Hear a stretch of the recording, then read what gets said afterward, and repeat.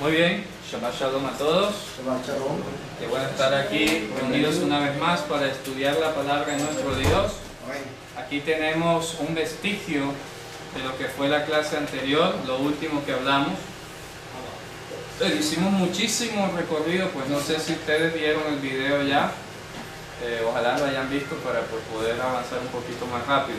Hicimos una especie de recorrido por los sentidos de la palabra Roa y vimos cómo se relacionaba mucho con lo que era Abba, ¿de acuerdo?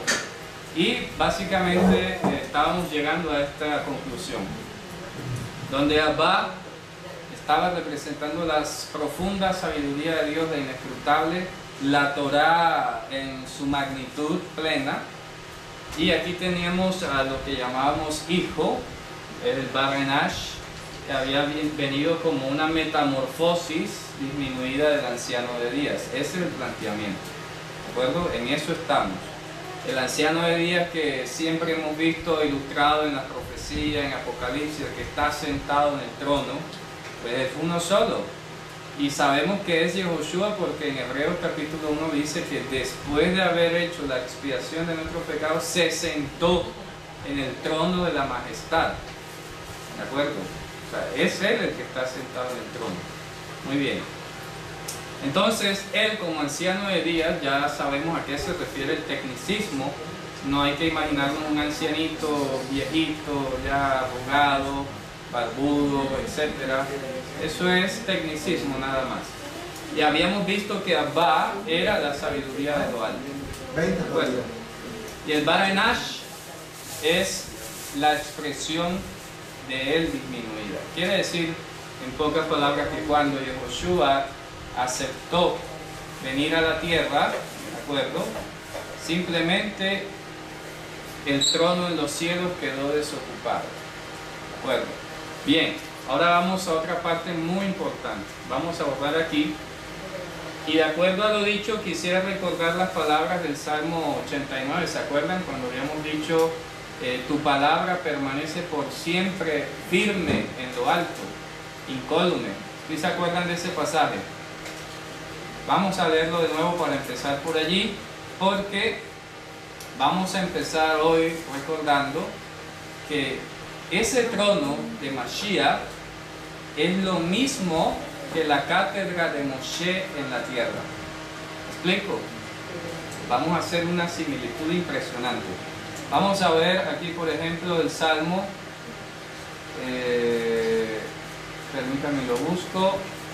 Para empezar por allí, porque estamos hablando de una que es la palabra de Dios. Vamos a buscarlo en los Salmos, aquí. Muy bien. Salmo 80, perdón, ya les digo. Ya les voy a decir dónde está esa cita. Vamos a desplazarnos hacia el Salmo, ya les digo.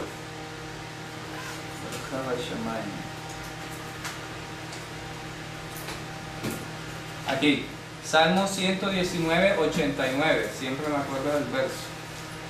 Salmo 119, 89.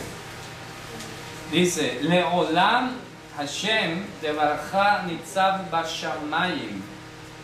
Leolam Hashem devarcha nitzav bashamayim. ¿Eso qué significa? Por siempre, oh Adonai. Vamos a anotar aquí la cita. Himno. ¿Qué pasa? Aquí decimos Salmo 119, verso 89. Por siempre, bueno, Leolam, por tiempo que solamente Él conoce. Por siempre, oh Hashem, tu palabra está, como habíamos dicho en aquella oportunidad, inamovible, ¿cierto? Inamovible, inamovible. En los cielos. Fíjense ustedes, esto es interesante. Entonces tenemos que hay un trono, que es el trono de Mashiach, y ese trono contiene o es la expresión visual de su palabra. De todo el conjunto, como habíamos dicho, que era la Torá eran promesas y procedimientos, ¿se acuerdan? Hukim u Mishpatim. Entonces, aquí en la tierra, bajo esa misma idea, se creó lo que se denominó en el siglo I, en el segundo templo, la Catedral de Moshe. Eso es una expresión en arameo, con Q. Catedral de Moshe. En el segundo templo. Sí, en el segundo templo, pero no estaba en el templo, estaba en las sinagogas. En el templo no existía eso. La Catedral de Moshe, la palabra cátedra en griego significa silla. Silla. Y es de como en español, y Moshe, Moisés. ¿De acuerdo? La Catedral de Moshe era la silla de Moisés. ¿Qué significaba eso? Que todo el que se sentaba allí tenía que hablar solo las palabras que Moisés ordenaba. No se podía enseñar desde la cátedra de Moshe algo que no estuviera en la Torá. Si un rabino quería hacer una deducción halágica de la ley judía, etc., no podía hacerla desde la cátedra a menos que pudiera sustentarla con la escritura. ¿De acuerdo? Entonces, por eso vemos aquel pasaje donde Yehoshua dijo a los discípulos, dice, en la cátedra de Moshe se sientan los escribas y fariseos. ¿Ya? Porque la cátedra era una silla. Y aquí en el respaldo tenía la inscripción en alto, en bajo relieve, Catedral de Moshe. La tenía en la espalda, ¿sí? En arameo. Entonces, ¿qué pasaba? Que alguien pasaba a leer la escritura, el rollo, y la silla estaba delante a los ojos de todos. Y allí se sentaba el que iba a dar la explicación.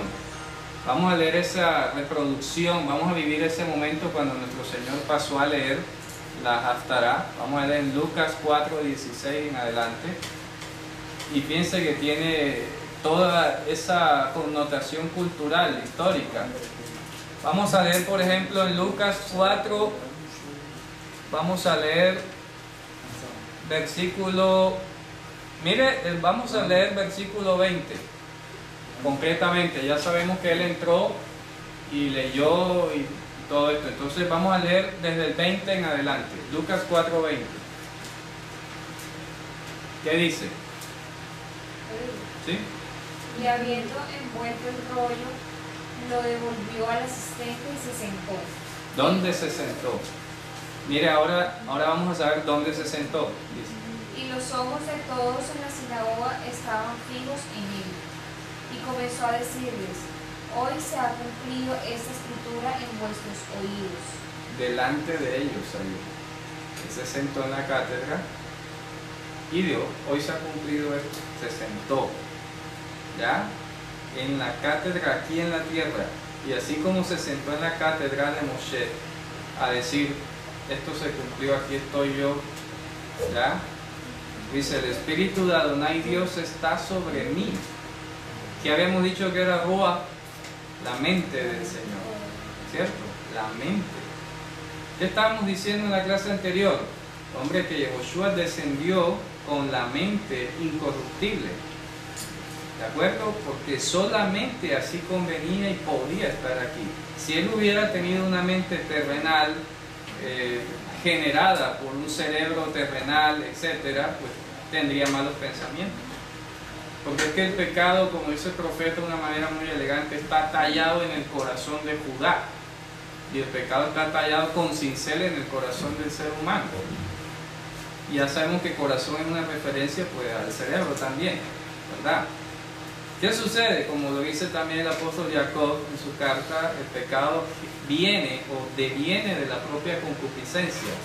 ¿Y qué es la concupiscencia? La condición separada de la gloria de Dios, condición corruptible, caída, condición pecaminosa. Así que nosotros delante de Dios, si nos presentáramos ahora mismo ante Él, hederíamos a pecado. Así como cuando alguien ha comido pescado y le quedan las manos sucias y huele, se siente el olor.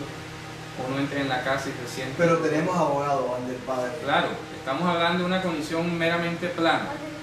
¿Ya?